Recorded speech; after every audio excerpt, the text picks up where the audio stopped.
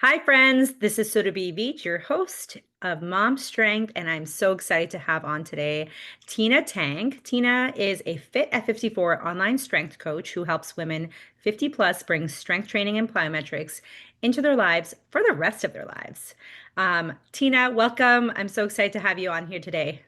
I'm very excited to be here. I love talking strength and plyometrics. I know. And so Tina and I connected years ago through Shante, the movement maestro. Yep. And, we've kind of been in each other's ecosystem. And I admire you. And I think it's incredible that um, not just that you're fit, but also the message that you embody for women who are aging, that they can be strong, they can be fit, they can jump, they're not fragile, they're not broken. So tell me a little bit about what got you into this field.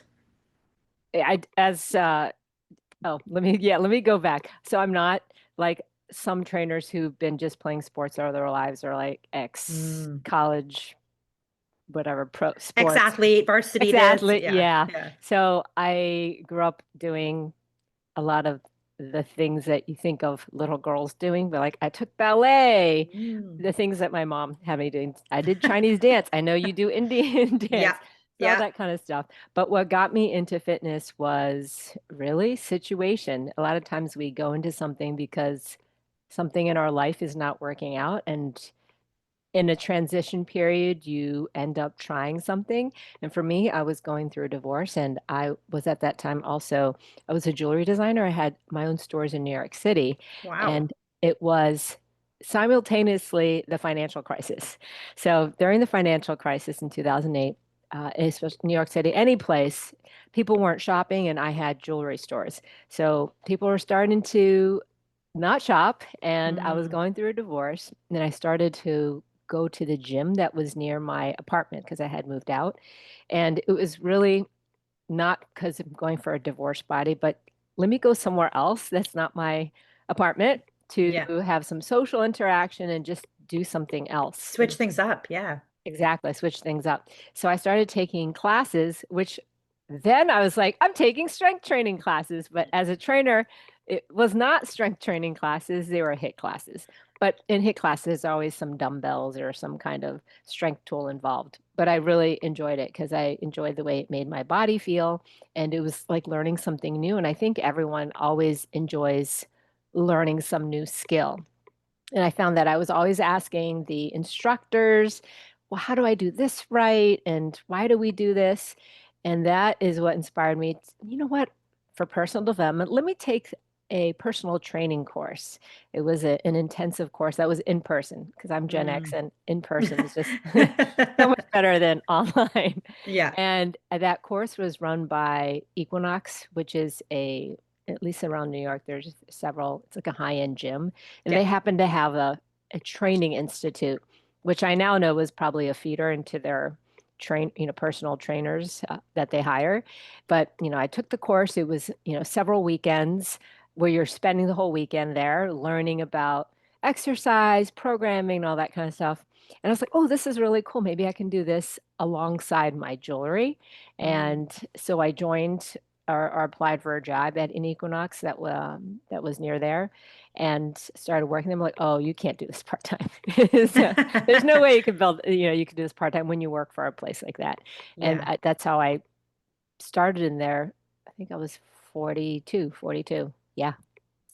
So that And I'm alone 50. is, people Hmm. often think, you have to start and be fit from the beginning. You've got to be, Yeah. a runner or a lifter, in your 20s. Now you started in your 40s, Yeah. I and honestly started strength training in my 40s. that's that makes me really happy because I think many people feel like it's too late for them because they already don't have a history of athleticism or sport. Like, yes, you Yeah. did ballet or yes, you did dance, but maybe you hadn't done that in, decades. And Oh, then now yeah. you're getting back to Exactly. something like fitness. And the Hmm. other point that you made is a lot of classes at the gym are actually HIIT classes. And Yes. for people who have never been exposed to any kind of weight training, it may not be an ideal start for them because sometimes I feel like with those HIIT classes, you've got to know how to lift properly so you don't Yep. hurt yourself Yep. lifting in a class where everything is moving very rapidly and they're not necessarily focusing on technique. So, I like that you brought that up. So what a lot of classes in a gym will be is more that, and something that's a little faster where you feel like you're breaking a sweat. And that's wonderful in terms of like being around people. It feels very high energy.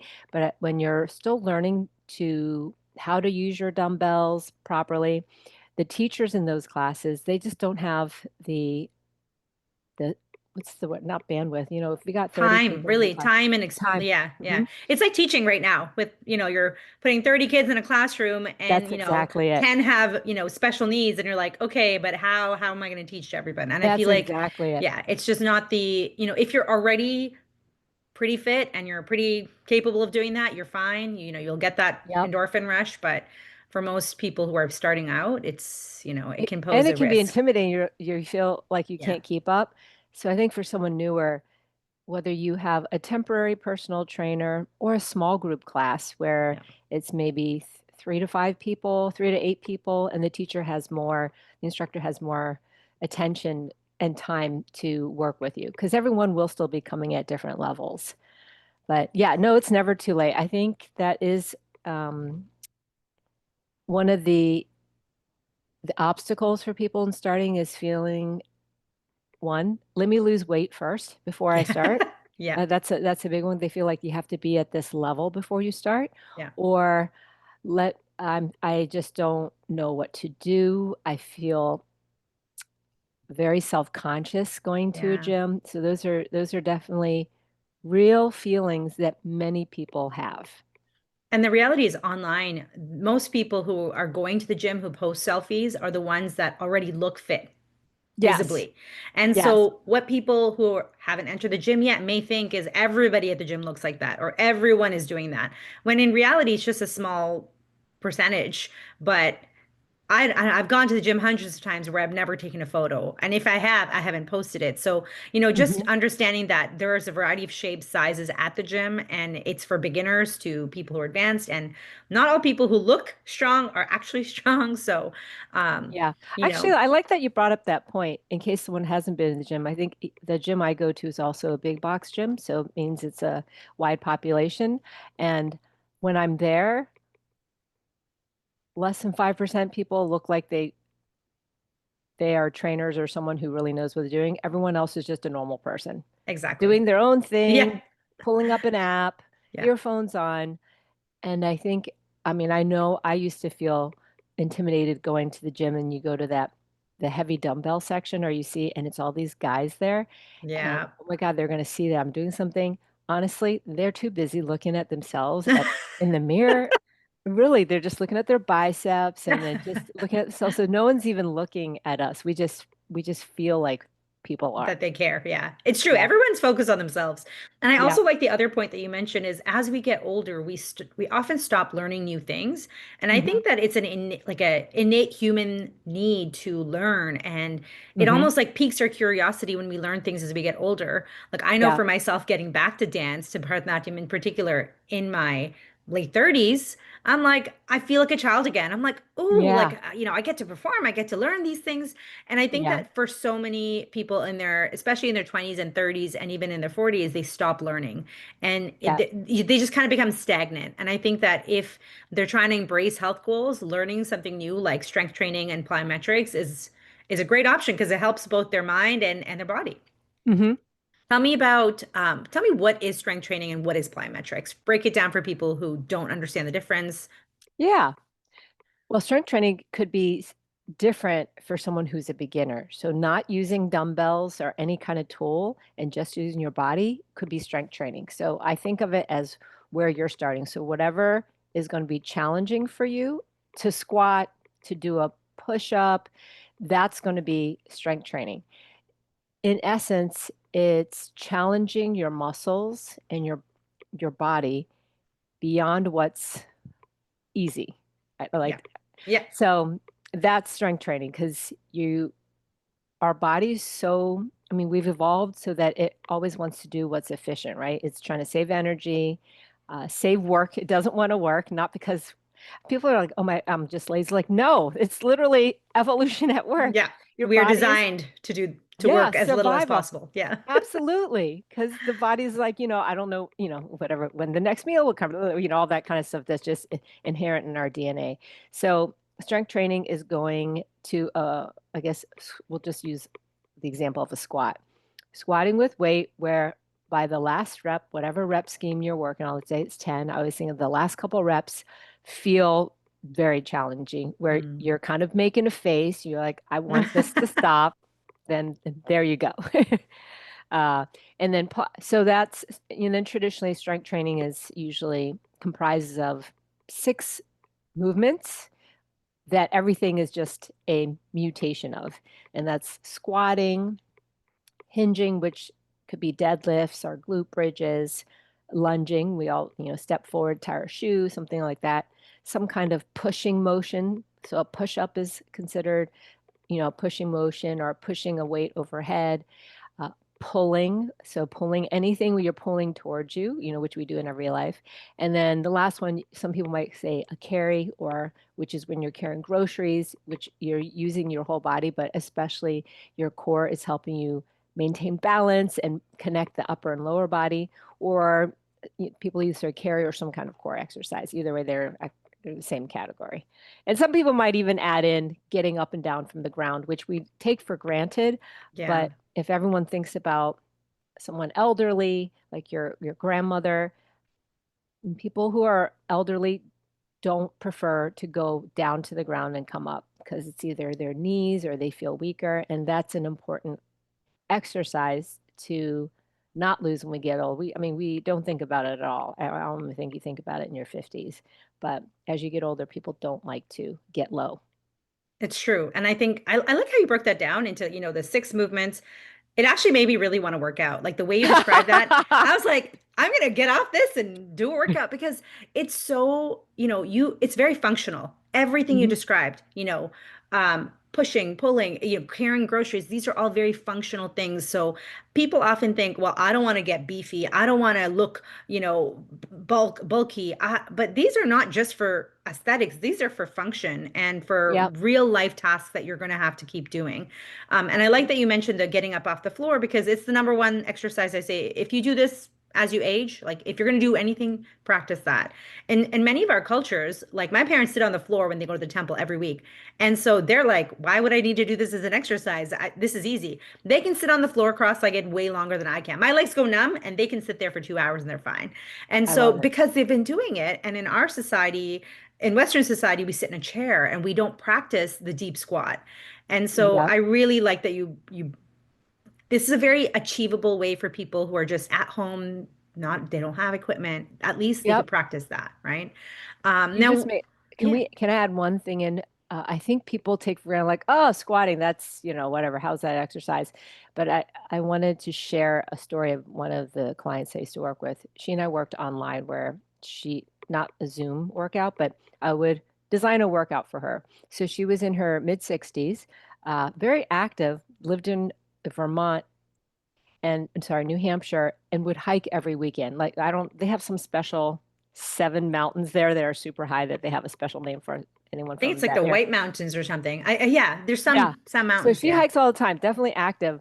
But she found before we started, she goes, I didn't think about it, but when I sit down on the toilet, I found that I started putting my hand on the toilet seat Oh, first wow. to lower herself, right? And even when sitting on a couch, it would be a plopping into the couch. Yeah. So she's not someone who's not active, but she's not getting into these squatting Specific movements. positions, yeah. Yep. So after strength training, doing the basic things I'm talking about, she found that she did not have to put her hand on the toilet seat to lower herself.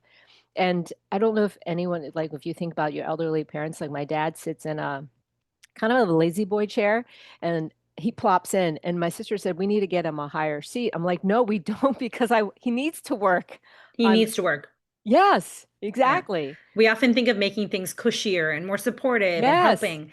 And that's fine if somebody has like a disability or a specific need. But if we pad everything for our aging parents and grandparents, Yep. it's just going to make it harder for them to actually have the Ex- strength that they need. yep. And to get down if they drop something or uh If trip, they fall, whatever, if yeah. they fall, exactly. And just an aside for, in terms of the idea of, I think we also never think about the idea of falling. And, I don't know if you remember, there used to be a commercial back in the 80s and 90s where it was, I don't know if it was Life Alert. It's like, I've fallen and I can't get up. Yeah, yep. So I have a colleague who's a trainer and a firefighter, and then just have known other people who've worked in the emergency call centers. Their number one call for the fire department, also the people taking the calls, for 911, is literally elderly people who have fallen and they just literally can't move. They Oh can't my get up. gosh. So it is definitely something for real. That's why that commercial existed, because it is real. So relatable for all the people of that generation, right? And Hmm. even now. And I think for people who are younger listening, the best example I can give is like, when I was young, I thought I would be able to do a cartwheel, no problem, forever, or a Uh-huh. somersault, or the splits. And then slowly you realize, wait, I can't do that anymore. And it's the same thing with getting up off the floor. We think, oh, that's easy. Of course I'll be able to do that. And if we don't practice it regularly, Yep. suddenly you'll turn around and you'll be like, wait, I can't do that. And I think it's it's one of those things that now, if you're in your 30s or 40s, you know that there's skills that you've had in your teens and 20s that you can no longer do. Uh-huh. Because I'm thinking cartwheel specifically because I was like, never did I think wouldn't be able to do a cartwheel. But now Yeah. I need a whole warm up. Like I cannot just go and do one without pulling my hamstring or something.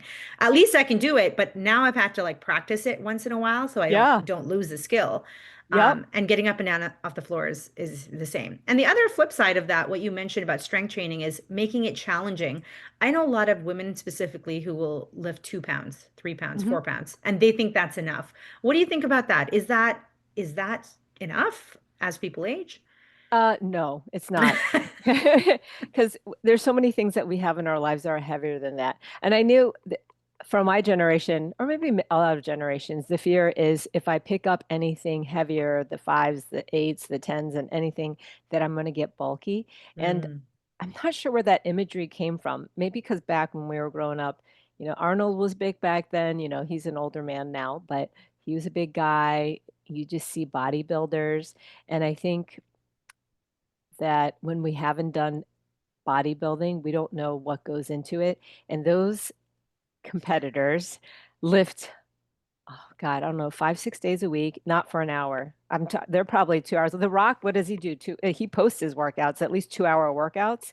The Rock eats 10,000 calories a day to stay that big. 10,000. Yep. Wow. Yep. Otherwise, if he doesn't maintain that, he's going to deflate. I remember when I was a trainer and one of my colleagues was into bodybuilding. He had an alarm set where it would go off every 3 hours so that he can remember to eat. Not because he wanted to eat, but he said Because he literally had to me, to. yeah, he's like, Wow. I'm going to deflate if as in not be as muscular if I Yeah. don't keep fueling. So Wow. for a man who has more testosterone, which is key in developing muscle. They have more testosterone than us. I don't even know the exponential times more they have than us, but they have a hard time getting big and bulky. So we're not going to get big and bulky, but I somehow there's a fear about that. But I don't even think about that now. I feel like when you get to your 50s and you're in perimenopause and postmenopause, the fear now is like I just don't I don't want I don't want to break a bone and I don't want to have a heart issues. Yeah. And because once we have these hormonal changes, now it's not even about aesthetics, because we won't deny that aesthetics are always something that are going to be is going to be on our minds. But now it's just like you're literally fighting for your life. There's no do-overs. Now it's just straight up about our life, about Yeah. disease and about preventing disease, and keeping your longevity as a goal in life. And you need to W- have strength. So what are some of those changes that happen post menopause? You mentioned bone, and so does bone density decrease or how rapidly? Yeah.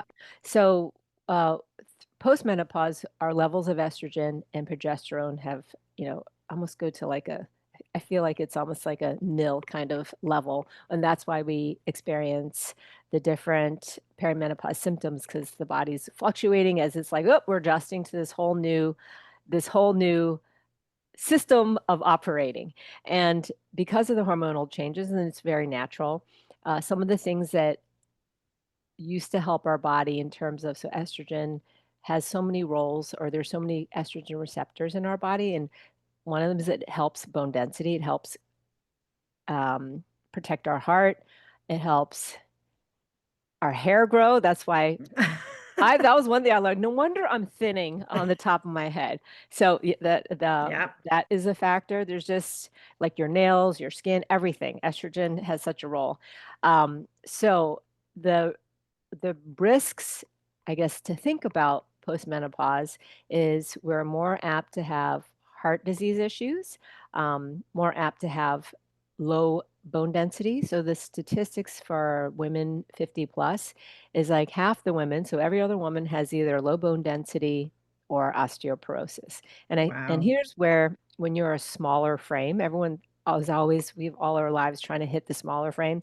This is where having a smaller frame works against you in terms of bone density. Because again, our body's so smart. When you're a little heavier, the body's like, oh, let me fortify the bones because it's now managing a heavier frame. So it's all about survival. So people with lighter frames are more at risk for osteoporosis. So the statistics I remember that stood out in my mind is that Asian women, 20% of them will have osteoporosis. And that's a pretty high percentage. That's high. Um, yeah. So, in terms of, so that's one thing to think about, and why, if you are diagnosed with either of those, the doctor will tell you you need to be strength training. Because Mm. when we lift weights, just the mechanics of the bone, I mean, the muscles moving against the bone signals to the bone building cells like, oh, we need to start making some more bone because it feels like something's going on in the body that we need to rise to the challenge. Mm. So that's why strength training, and it's not even just that for bone building, but imagine a woman who's 75 crossing the street. Now imagine a girl who's 12 crossing the street. Who do you imagine being faster and nimble? And so we just naturally slow down. We get weaker, we get older, not because there's something wrong. It's just nature. Yeah. So this is the one thing we have control over, to either slow the process or prevent ourselves from getting super weak, is by lifting Yeah. weights. Yeah. And at the end of the day, even if you do have osteoporosis or your Hmm. your bones are, less dense, Hmm. if you lift weights, you still are going to be overall stronger. So, Yep. it's still a win-win. I remember my mom does have osteoporosis and she was diagnosed a few years ago and I was like, "What?" And then you look at the stats, Asians and osteoporosis, it's very high, small frame, Yep. all the things. And then I had Yep. my vitamin D levels tested just because I was like, I'm curious. And I was very well below normal, even for my age. And Oh, so I'm wow. like, this is something that most people don't even know. What are their vitamin D levels like? And I Yeah. remember you shared a little while ago about DEXA scans. Yes. Um, Let's talk about let's DEXAs. talk about that because that was super helpful how you broke that down. So for most people, they don't even know what a DEXA scan is. So please, Yep. please kind of share what that is. I wish I had known about it. So let me think why. Oh, I know what it, so DEXA scan, will tell everyone who's listening, is the gold standard X-ray for measuring your bone mineral density. And none of us think about it because we, why would we think about it? And I only thought about it because when I was going through perimenopause, and had all these symptoms, the most notable one being insomnia for like an entire year. It was horrible. And in trying to figure out what was going on in my health, I was reading all about it. And that's where I learned about, oh, osteoporosis. 20% of Asian women are diagnosed with that. And then all the issues with, if you have osteoporosis, the risks of breaking a bone. So the way to measure what your bone density is getting a DEXA scan. So when I asked my gynecologist, who is a menopause certified gynecologist, about it, and she said, well, the medical guidelines say that you can get one at 65 to see where you're at. But as we all know, 65, by then I probably will It's like have already too osteo. late because you already have Yeah, it. exactly. I Yeah. don't even know why that, but what makes that age notable is that it's when insurance will cover it. Mm. So, I remember telling her, because my mom did tell me. So my mom has osteoporosis. I said, well, my mom has osteoporosis, and it seems like Asian women are at higher risk. And she's like, oh, you're right. Okay, well, in that case, we can prescribe it. So I'm just telling everyone who listens, the health insurance companies don't know if your mom has osteoporosis. They don't have access to your records, so her records. So you might as well say, my mom has osteoporosis. I'd like to get a DEXA scan. Yeah. And that was in 2022 where I got the DEXA scan. And honestly, I thought it was just going to be confirming I've been lifting weights. You're all good, Tina, because I Yeah. have been lifting, with barbells, kettlebells, like lifting heavy for over 10 years. So the scan basically looks at 2 points of your body, the places where statistically it's proven where we have risk for osteoporosis, and that's in our hip, so the femur, right, the head of the Head of femur, the femur. Yeah. and then our spine. Yeah. And what my results showed was that and they do it all on the left side just so they have a standard, that my left hip femur number was negative 1.3, which is considered low bone density or osteopenia. So anything under -1 is considered low bone density osteopenia, and anything less than -2.5, you're full on osteoporosis. Mm. So when I got there, I was like, what? I was really upset for, that I didn't understand because everything we're told to do, which is You to were lift doing. weights, I was already doing. I would say, I don't do macros. I eat balanced meals. My partner does a lot of cooking, so I'm eating at home most of the time, and it's, essentially healthy foods. Um, and even prior to that, I admit I'm not good about taking supplements. So the vitamin D, the magnesium, calcium, maybe once a week, I remember. So uh, from that period, 2022 till now, I got my DEXA scan again, so it's 3 years later, and I did not get better about taking my supplements. Hmm. The two things that I did do was a year after the DEXA scan, I started adding in plyometrics, which some people might call it jump training. So I've been doing jump training for a couple of years now, and then I started a hormone therapy a year ago. So the jump training was like over 2 years of it, and then hormone therapy a year. And so when I got my DEXA scan a couple weeks ago, because I wanted to see, has anything changed? Has it gotten worse? Because in general, if you do nothing, it's just going to get worse. That's just the Mm. natural flow of what's going to happen in the body. The number ended up, so originally it was -1.3. In my hip, it is now -1.2, which first I was like, ugh, why didn't I have any major changes? But then I asked ChatGPT, I'm like, is that a big deal? And said, yes, it actually is, because it means you stabilize bone loss, if not uh, improved your bone density. Because there's And no, you've aged too, like since then. So it's yeah, not like you're taking a snapshot, but like it's 3 years later. So that's yes, amazing. yeah. And so that's why I wrote about, so just so people would know, like, oh, the only two really major things I've done is plyometrics and hormone therapy. So I can't say that it's all the plyo, and I can't say it's just the hormone therapy. It could be both. Yeah, The combination of it. I don't know. And there's no research study with women in that same situation. So I was just exactly. sharing like what happened to me, and I was like, oh, this is fantastic. And it's nice to have the data because now you can see, obviously, we can see visible changes in our body, bigger muscles or stronger Hmm. muscles, functional life stuff gets easier, but it's also nice to get like a scan and be like, hey, look at the changes here. Yeah. And in Canada, so in Ontario anyways, it's $100 like you Oh, that's pay. not. Oh, wow. Yeah. Yeah. And you don't even need a doctor's referral. I found a spot in Toronto, and it's run by a doctor and they just do it. Oh, And so, I of course, love that. it's not covered by insurance, Uh-huh. unless you have specific insurance that covers it. But most people Right. can, pay for that if they Yep. want to, especially if you have a gym membership and you're already paying for other stuff.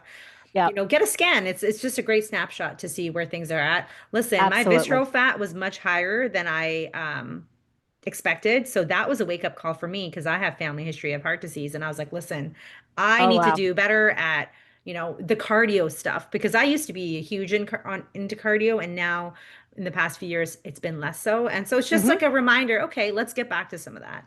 Yep. Can you share then plyometrics wise, how did you build that Hmm. into your life? And what does that look like for you now? Because you have a intro to plyometrics course that you Hmm. offer for women. Yeah, I'd love to hear more about that. So let me define what plyometrics is, because I know I also was would probably group everything into one. So when you do a box jump or essentially like a jump squat, something like that, where you're starting from a standing position and hopping onto something, that's not considered a plyometric. Plyometric is a sequence of jumps where there's landing air time. So it's cyclical. So there's got to be a Mm. landing, airborne landing. So even if you did, this would be considered plyometric. Uh, let's say you did a jump over a little dumbbell and then jump from there up onto a box. That would be more plyometric. So there's more than one jump. Oh, Where okay. there's the takeoff, the landing and takeoff is what builds you that the the second one should be higher than the first one. If that makes sense. Gotcha. So it's like your second jump needs to be like a higher magnitude than the first jump, Actually, let me take or that back. Jump rope is plyometric. So you know how okay. you So it's it's like repetitive. It's like you repetitive. can't just jump once and be like, "Yep, I did Yes. plyos," right? Yeah. It's a repetitive, ongoing thing. The I Hmm. used to cross country ski race in university, and we did plyos, and what that was, it was brutal. It was so hard for me. I'm not one of those like I'm a slow twitch person, not fast Uh-huh. twitch. So it was very hard for me, but Uh-huh. it did help you build strength, stamina, everything, speed. Yep. And we used to go like ski bounding, like up a hill, like up a steep Yep. hill. You would like jump up or hop 1 foot and then the other foot and then 2 feet. Like it was so hard, but it was so good. And so, Yep. how do you reproduce things like that in a gym setting? And is it stuff that Uh-huh. people can do themselves? Like how does that work? Absolutely. In fact, what I love about plyometrics, you know how when you think box jumps, when people are like, Yeah. is that, I was like, that's not a plyometric. That has equipment. Plyometric is essentially no equipment. It's Ah, just your body weight. And I nice. think the most accessible plyometric is jump rope. Yeah. It's what they call in the plyometrics world, the terminology be light tier leaps. So, and that's also something that whenever I introduce it in a class setting, everyone that jump rope when they're a kid, they've lost the coordination. I'm telling you, because I was like that. So the reason why I got into doing plyometrics over the past couple of years is I was in a boxing class, and then the teachers, you know how boxers are always they're jump rope, and it's like not even, it's so natural They're part like of their body. floating. Yeah. They're floating, and I would be to jump, jump, then the rope would go through. Jump, jump. You know what I mean? It's a Yeah. timing thing. Yeah. So I was like, how do you make it so it's like my feet hit, then the rope hits. The feet hit, then the rope hits. And that's why I was like, okay, let me try to get better. That was kind of my gateway into plyometrics. It is not easy doing jump rope because there is coordination, but we never thought about it as a kid. Because so when I bring it into class, I see the people who were like me doing two jumps before the rope would come in because you're like, I can't coordinate my hands and my feet at the same time. So that would be the most accessible plyometric. And there's two things that stop people from it, and I see it all the time because it's natural. One, we've talked about it. For women, it's you're afraid you're going to pee. And Yeah. after a couple jumps, you're like, I'm going to pee myself, and Yeah. that's going to hold you back. And I would love, we've talked about this, but you can go into that from your expert point of view.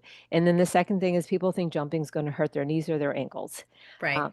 whereas it works to strengthen the musculature around your knees and ankles, but it's really a matter of like everything in life, how much you do it. So of course, if you Yes. don't jump, you're not going to be doing 10-minute jump rope. Like honestly, for jump rope, getting the coordination, I was setting my timer. Let's start at like 10. We say, let me do it for 10 seconds and try not to trip. Then you have to take a Yes. Yeah. 10, 20-second break, another Yeah. 10 seconds, maybe only 3 sets. So like even when I was working, I was like, I'm just setting my timer for 3 minutes. Uh, it would be 20 seconds jump, 40 seconds rest, Yeah. and Very slowly build doable. from there. Yeah. And the difference I find is like I have two kids and the older one's trying to learn how to skip jump rope. Hmm. Kids don't give up. Like adults get very frustrated and they're like, I can't do it or I have a symptom. Yes. Kids are just so focused on like, okay, so this, I do this, and they just try and then they eventually just do it. And I feel I like love that. I have learned so much from watching them learn skills. It's like, wow, they really just keep going and going and going until they get it. Like that's why they get better. I think adults, because we stop learning for decades, we stop going to Uh-huh. school, we stop learning new skills. Yeah. We become bad learners where we give up Yeah. so quickly when it's too difficult, or Oh my it, God, it that's feels so uncomfortable true. or awkward. That is so Um, true. yeah, definitely see that as a big thing. And I don't know if it's our ego or if it's just our sensitivity or what insecurity, but it's just we have to go for it and we have to keep trying. And with Yep. jump rope in particular, you're so right. Jumping on the trampoline, jump rope, even Hmm. running, a lot of women avoid as they get older, whether they've had kids or not, because we know that risk of incontinence goes up post-menopause because of the decline Hmm. in estrogen. Hmm. And also, if we combine that with you use it or you lose it, like if you don't practice those skills, your ability to coordinate those skills kind of goes out the window unless you practice it again. Absolutely. And Yep. many people leak not because their pelvic floor muscles are weak, but it's like you talked about, they don't have the coordination.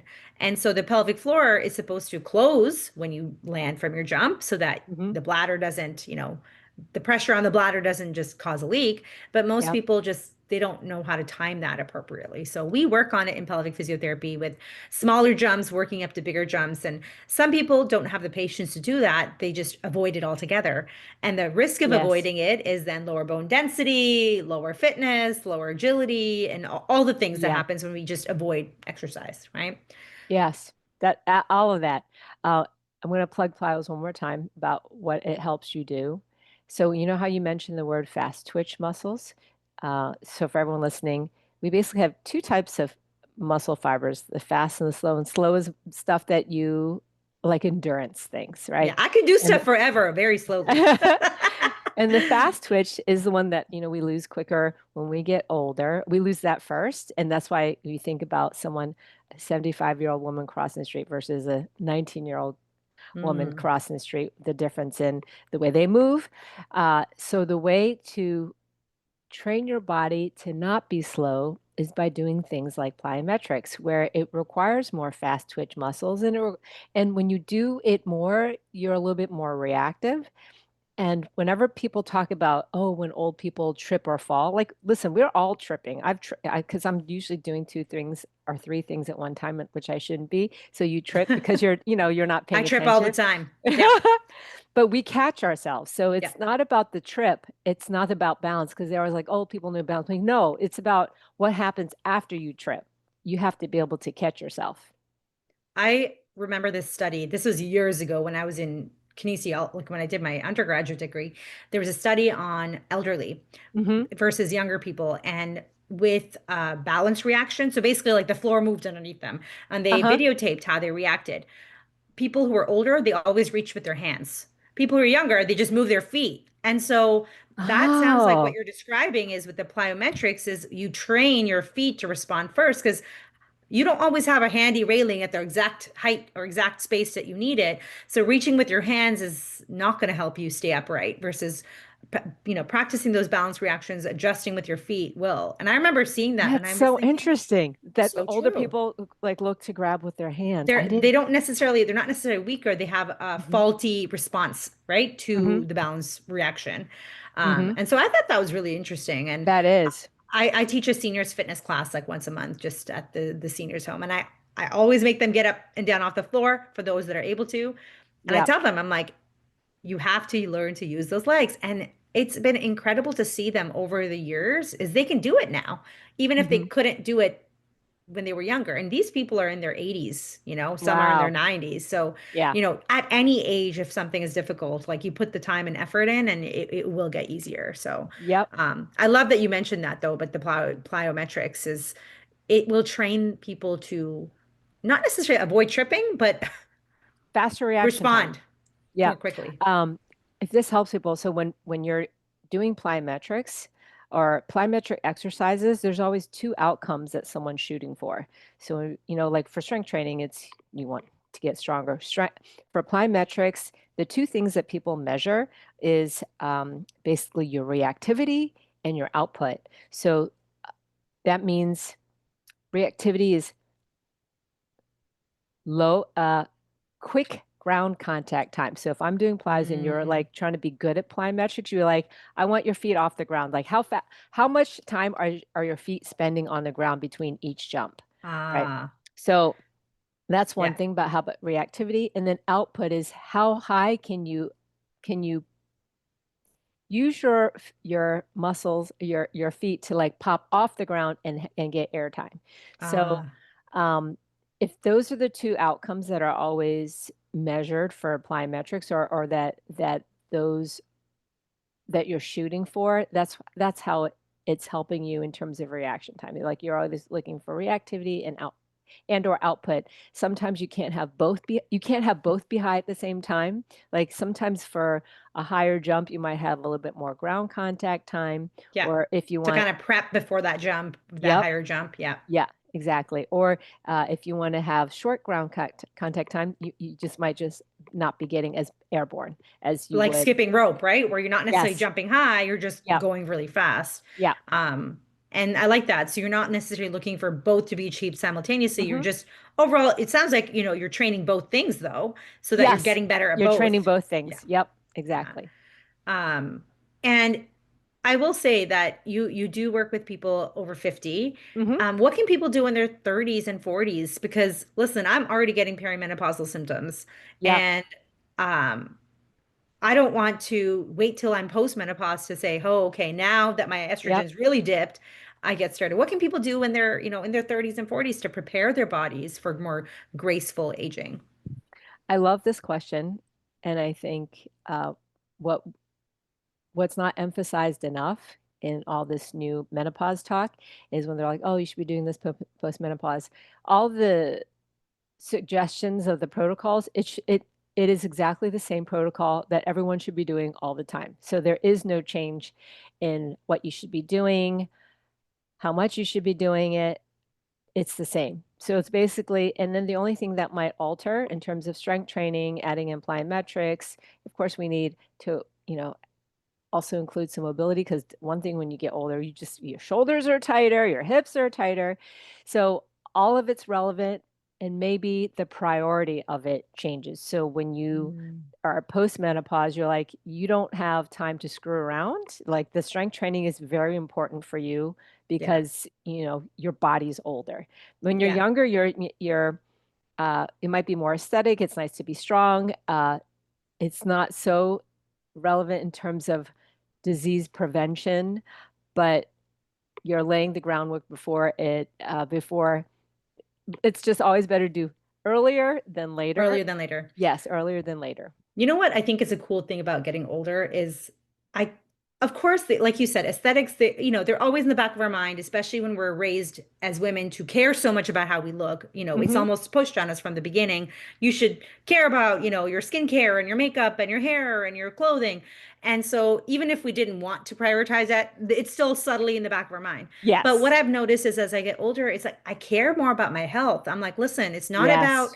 like I couldn't care less what somebody is thinking or judging, but how do I feel? How am I sleeping? How am I recovering Yes. after an injury or after a workout? And I think Yep. these are things that are more at our grasp versus, Hmm. if you really want to change drastically how you look, you got to get plastic surgery or all of these, procedures. But Right. you can change how you feel very Hmm. quickly by just doing, your strength training, your plyometrics, and putting in that work, right? What would you Absolutely. recommend for people who, let's say, they're very busy, they work, they're juggling a lot, and they don't Hmm. have the time to do the necessary recommended strength training or plyometrics? Is it okay for them to do plyometrics like once a week if they can't fit it Oh, in you know what? multiple I'm times? so glad you asked about that. So plyometrics, never think about it. You're going to do that. It's got to be a ton, or that a whole session. I like to add in plyometrics. Let's just say jump rope or some 2 feet implies the word is leaps when you're using 2 feet, Okay. light tier Yeah. leaps. You throw it into your warm up. So if I'm teaching Ah, a class, let's say people are doing some tissue prep and just warming up their joints, in movements that they're going to be doing strength training. Before the, I might just do it to wake up the nervous system. Okay, everyone give me 20 leaps, or we might do some deep tier, which is when you work the bottom range of an exercise. So a deep tier squat would be just kind of sitting at the bottom of the squat and pulsing. So stuff like that, those are all plyometric. I throw it in as a warm up. It does not need to be a whole that's so section. smart. Yeah. And so it's It's, I think that one helps or two because exercises. yeah, you don't feel like, oh, I got to do these 10 extra, because that's also an injury risk if you're trying to fit all your plyos in that one session and, Yep. just burn yourself out.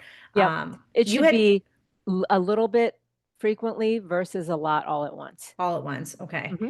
Um, and you had mentioned, I think I saw you post about this, like landing versus taking off in your jump and what Yep. helps with bone density. Is it Yep. both? Is it, what's, I guess, I mean, Such a if you great jump, you got question. to land, so there's no choice about that. But I guess Yeah. what should the focus be on?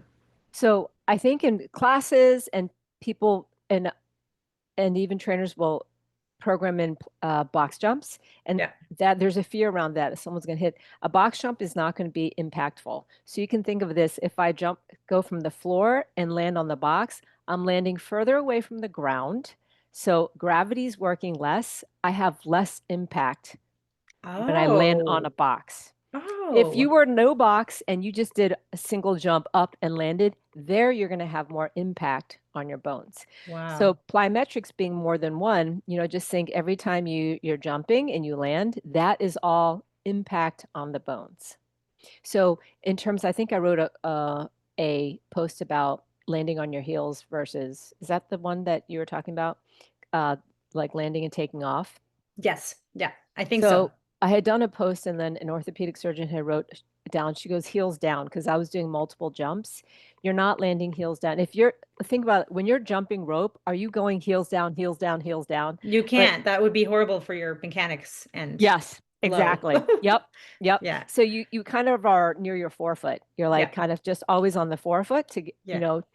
and that is just the body mechanics. You get more spring when you're on your forefoot because it loads the Achilles tendon, and that's where a lot of your ups come from. It's Yeah. storing the energy and releasing. So it's forefoot landings. But if you're doing one jump, like a broad jump, of course you're going to be more whole foot. Or if Yeah. I'm doing a jump squat, it's going to be, jumping up and then kind of landing. It's going to be, Landing. it's still not like flat footed. It's almost like forefoot, heels come down. Yeah. Yeah. Hmm. Yeah. And So, if you look at sprinters, they're on their toe, like forefoot the whole time, and they've got yes, those nice big calves and juicy yes. muscles. Yeah. I'm so glad you brought that up because I was asking my plyometric instructor uh, in thinking about when we were going through exercise. I said, are sprinters actually really good jumpers? And he said, yes. Yeah. They're Sprinters incredible. are They're always, amazing yeah. jumpers. Yeah. Yep, you can see they just know how to push off the ground. They're fast off the ground. Yes. Yeah. Like I laugh because I did track in high school and I Hmm. had friends who were sprinters and jumpers. And some of them didn't train that hard, but they were Hmm. naturally very good at jumping. Maybe they, Uh-huh. did a lot as a kid. I don't know. Yep. And I could train, but height is not my forte and Hmm. distance with jumping is not my forte. But what I will say is this, when I used to do more plyos, I would feel lighter when I jumped. Now I Yes. feel, because I'm not doing it as often, I feel Yep. heavy. Like I feel like even in dance, there's a lot of jumping, and Hmm. my instructor's always like, lift both legs higher. And I'm like, ugh, it just, ugh, like feels like I'm, Yeah. just having to lift so much. And it's easy to blame the weight because I am heavier now. But I think something, I catch myself doing is we can't blame the weight when we're just not training those things anymore. Hmm. And so if we start training the things, that thing will get easier. And I Yes, like that what you was said at it. the very beginning is like, you don't have to lose weight to start. It Mm-mm. might happen by, default when you Hmm. start lifting. It may not also, Hmm. but things will at least get easier because now you're Yes. stronger. Yeah, that's exactly it. So tell me what kind of services you offer right now. You have an online course, which Oh, I'd yes. love to hear about. I started last fall Yep. a 8-week online introduction to plyometrics for women. Amazing. I love working with women. I think women feel less intimidated when it's just, them. Yep. And that 8-week course is essentially you'll have a few exercises to do twice a week. We meet on Zoom to go over them, to talk about form, what to focus on, and then it's just uh, added into whatever you do normally. And I have a caveat that if you don't lift weights, plyos never replace strength training. Okay. It's an add-on, um, but the baseline for everything as we get older and as women is strength training. Yeah. Yeah. So it's almost like you do need that balanced workout. You Hmm. can't just do one or the other, right? Yeah. Now do runners then have good bone This is density really because they're running? us. Runners, I know the impact. Yes, they have. I think the number is when you run, it's more than maybe 3 to 4 times your body weight that you when every Yeah. time you hit the ground. Yeah. Sprinters are something like 6 to 8 times because they're Wow. pushing off that hard into the ground to pull, to get each leg in front. So jumping and running is great for your bones. Yes, I don't know if they have higher bone density. I'm assuming they do, but I did Yeah. look up uh, numbers, asked ChatGPT about sprinters and gymnasts. Mm, They they naturally have have the higher. highest. Mm-hmm. I put my kids in gymnastics. Good. See, this is the thing. Like I grew up dancing. And yes, of course there's jumping, but it's not heavily jump focused. And Yep. I feel like girls, when I grew up in my culture, it wasn't encouraged to play sports Mm-hmm. or, Yep. be very Fine. athletic.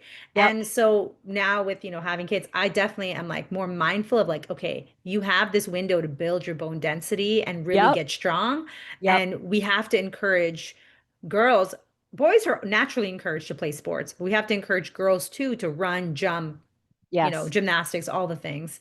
Yep. Um, and then going back to sprinting, I don't know if this is for a fact, but I heard that your ability to run fast comes from your ability to slow down. So your body will only ever let you run as fast as you can control the slowing down.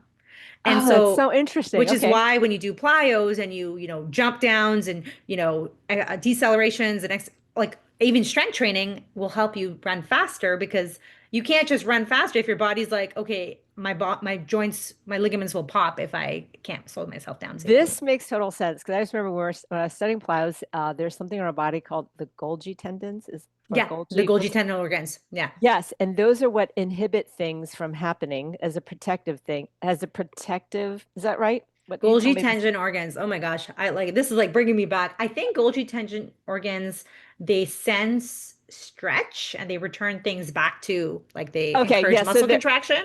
so they're about inhibitory because I just learned in plyometrics, the more you do that, the more you're training your Golgi tendons to not inhibit you as much. So that goes with what That you're makes saying sense. about the ability to like being able to go fast and the whole like that It's like you got going to fast, trust. slowing down. Yeah. Yes, yes. And even with like I like, I didn't even think about box jumps that way, how jumping up and landing on a higher surface is actually less overall impact. So Yep. I think the reason people become scared is because they're, afraid they're going to smoke their shins on the box or, Yes.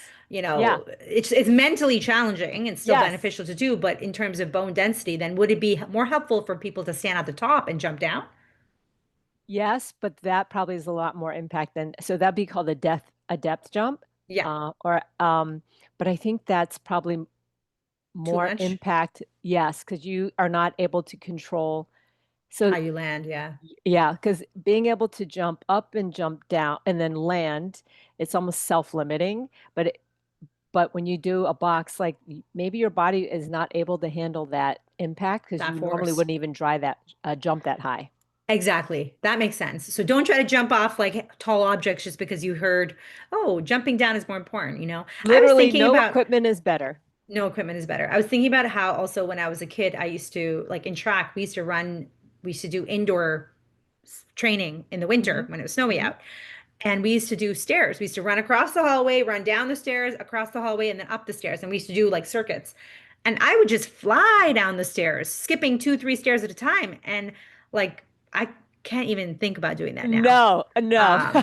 Um, and it's just so interesting how we take it for granted, how when we're Yep. younger, these things are just built into our lives, these ability Yep. to do plyometrics and strength training. But as we get older, it does have to be intentional. Otherwise, it's just not going to happen, right? Yeah, absolutely. Most of us sit at a desk for work on top of everything else. So, Yep.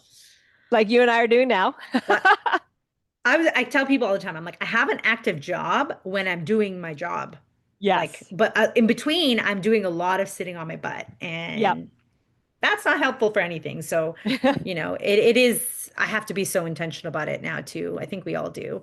Um, Okay, so tell me your next intro to plyometrics course is opening up in the fall. Yeah, I And I how hold a wait else? list. Mhm. Amazing. So people, I'll share the link so if people are interested in getting on the wait list. Now, does it have to be women over 40? What if they're like 48? Oh, Or sorry, that's fine. women Yeah, over 50?